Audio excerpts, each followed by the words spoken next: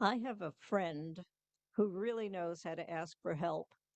She's gracious, generous, extremely thankful for any assistance given, and always tries to repay kindnesses. She's a skilled gardener, and she shares her seedlings and expertise freely with other neighbors. Fortunately for me, I live a block and a half from her. By the way, I asked her permission to share this story, and she was her usual gracious self and granted permission.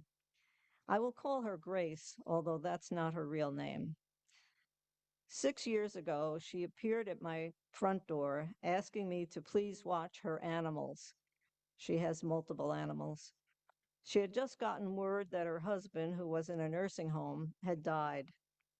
I was shocked and at the same time honored to be called upon in this emergency.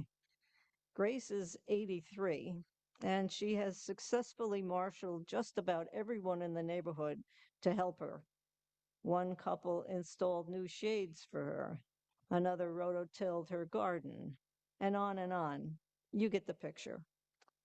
One night last fall, I had just gone to bed at about 10 o'clock when I received a call from Grace's daughter, who lives in Clifton Park. The daughter told me that Grace was in distress, extremely dizzy, unable to walk. She wanted to know if I could keep her company while the daughter drove down to our neighborhood. Of course, I replied. And within 5 minutes, because I'm a quick dresser, I was using the code to her garage door and entering her home. I was not able to do much beyond holding Grace's hand and getting some water for her to sip, but that was enough. Her daughter spent the night, and Grace recuperated in a day or two after seeing a doctor who ran tests to make sure it wasn't anything more serious. Fast forward to 2 weeks ago. Don Porter, my husband, left for a hearing test in Clifton Park at about 12:30 in the afternoon. About 1:15, he called and said, "I don't want to alarm you, but I am really sick, throwing up." He was dizzy and weak and really felt debilitated. It turns out he had food poisoning. I told him I would ask Grace for a ride. He mentioned that another neighbor who works from home and is only in her 50s was also a possibility. So I tried that neighbor first, but there was no answer to her doorbell. Then I went to Grace's house and woke her up from a nap. Yikes. Within a couple of minutes, she's a fast mover as well. We were on our way to Clifton Park. I brought Don home. He slept for 2 hours and then he ate some soup. He's fine. Grace and I have a reciprocal helping arrangement that we have just fallen into without conscious thought. Neither of us would be comfortable asking just anyone to drive us to Clifton Park or to take care of our animals immediately. We both like to view ourselves as reasonably competent and relatively independent. And yet we both know our own limitations and we recognize just how wonderful it is to be of service, to be a help to someone else.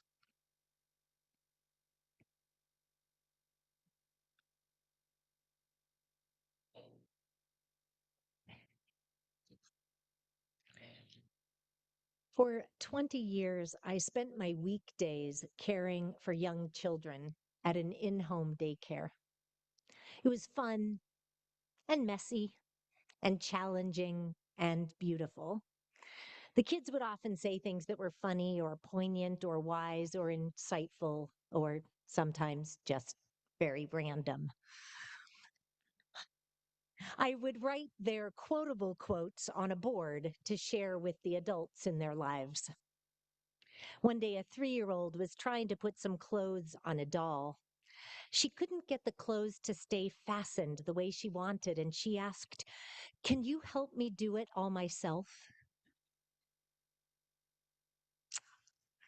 I don't actually remember how much I coached and how much other help was needed, but I sure remember the yearning in that question. She trusted me enough to ask for help, But she was also clear that she didn't want it all done for her. Two things can be true at once. We can know that we really need some help, and we can really want to do it all on our own. We can affirm our interdependence with plants and animals, people, and the earth, and we can act as though we can actually make it through a day all by ourselves. We might feel no qualms about mowing a neighbor's lawn when they're ill and still think that something must be wrong if we need help. Have you ever felt the tension of some of those multiple truths? You are not alone. Human beings are complex and curious creatures. We have an evolutionary drive towards cooperation, especially between kin and members of the same group. Some might call it belonging. Social scientists call these connective and cooperative behaviors, attitudes, and emotions toward others pro-sociality. As human beings, we each experience that feeling differently. Pro-sociality, or an instinct towards cooperation, is one aspect that can draw us together, and maybe in part what drew you here. We need one another more than we know. And there is a funny thing that happens in our perception of giving and receiving help. We don't use the same lenses when we're a giver of kindness or help versus a recipient. While we may feel really grateful when someone does something kind or helpful for us, most of us tend to minimize how others will feel if we were to do something helpful for them. Social scientists call this the pro-sociality complex.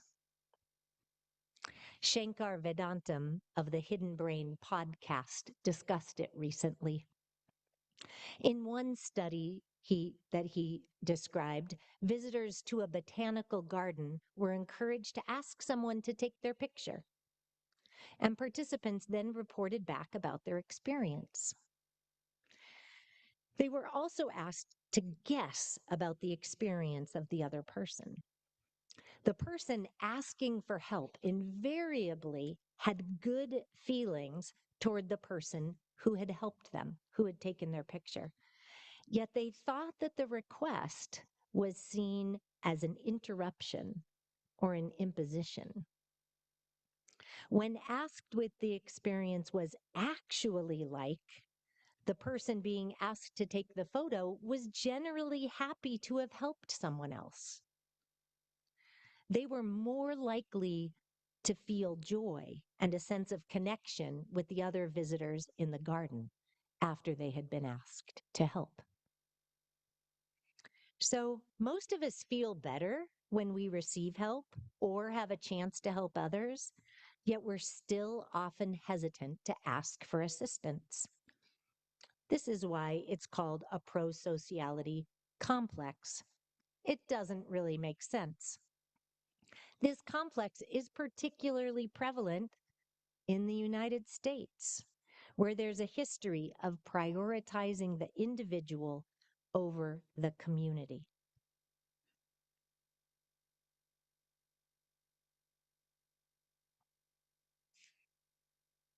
As some of you know, my husband and I have spent our winters for the past 15 years, minus 2021, in a particular city in Mexico.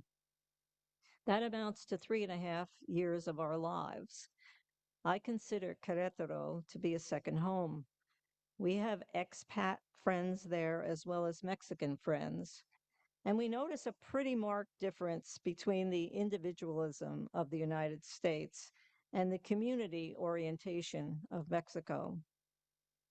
In Mexico, the needs of families and groups are more important than individual desires.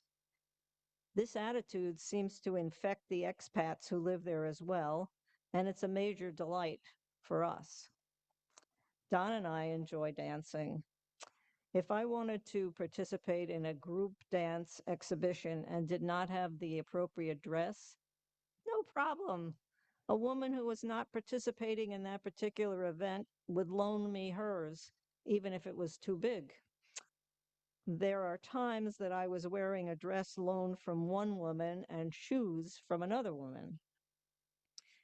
This year, when the washing machine in our rental stopped working, also not a problem. A friend offered the use of her machine, and I took her up on that. If you are part of a group in this Mexican town and you have a need, you don't even have to ask for help. In my experience, I have just indicated what I needed or mentioned a lack, and voila, some member of the group had offered a solution. I have not been told to go find a laundry or to buy a dress when someone in the group could fill that need. It's pretty amazing and wonderful. There are many aspects of the US that I admire, but our extreme focus on the individual is not one of them.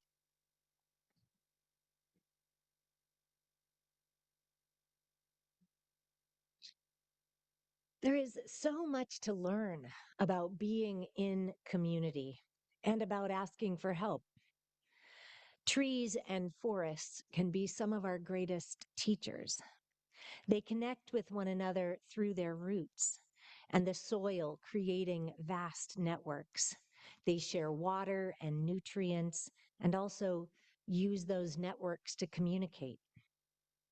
They send distress signals about drought and disease, for example, or insect attacks. And other trees alter their behavior when they recognize these messages.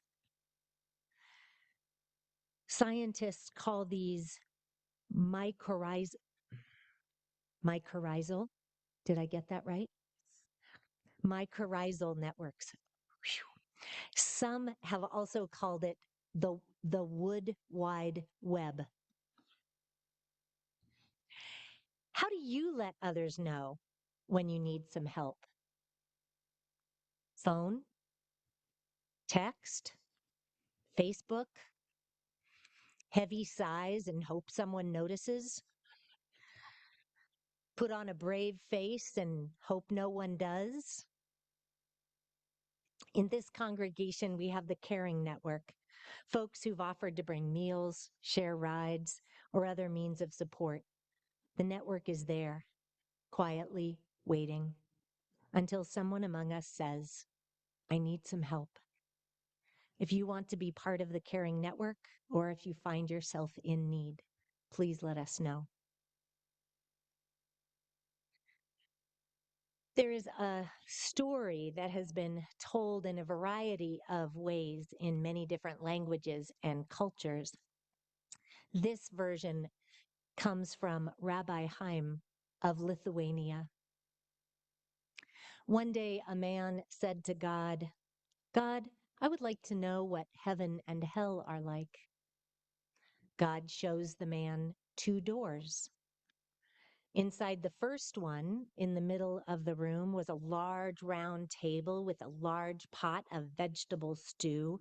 It smelled delicious and made the man's mouth water. But the people sitting around the table appeared to be famished and distraught. They were holding spoons with incredibly long handles, and each found it possible to reach into the pot of stew to take a spoonful, but because the handle was so long, it couldn't reach into their mouth. The man shuddered at the sight of their misery and suffering. God said, You have seen hell. Behind the second door, the room appeared exactly the same. There was a large round table with a large round pot of wonderful smelling vegetable stew. The people had the same long handled spoons, but they were well nourished and happy and laughing and talking. The man said, I don't understand. And then he saw the people feeding one another. God smiled. It is simple.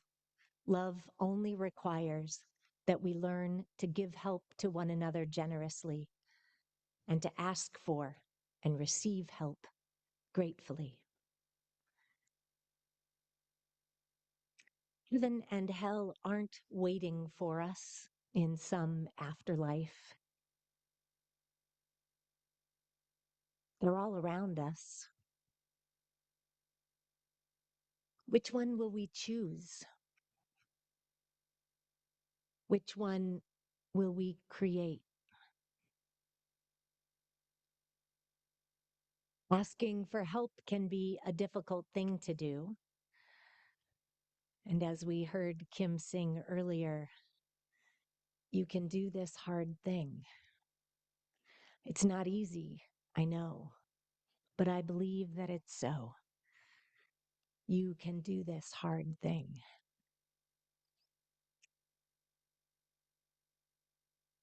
Dear people, like the trees of the forest, we are interconnected and interdependent.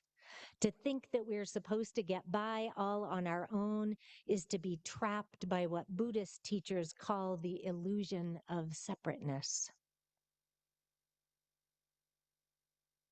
May we be brave enough to ask for help. May we show up for others with grace when we are asked.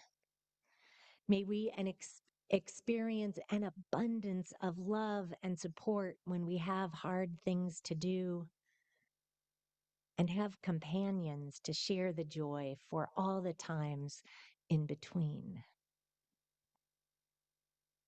For all the times with cake or pie,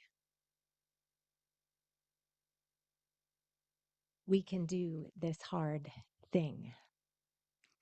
May it be so for each of us. Salam, shalom, amen, ashe, namaste, and blessed be.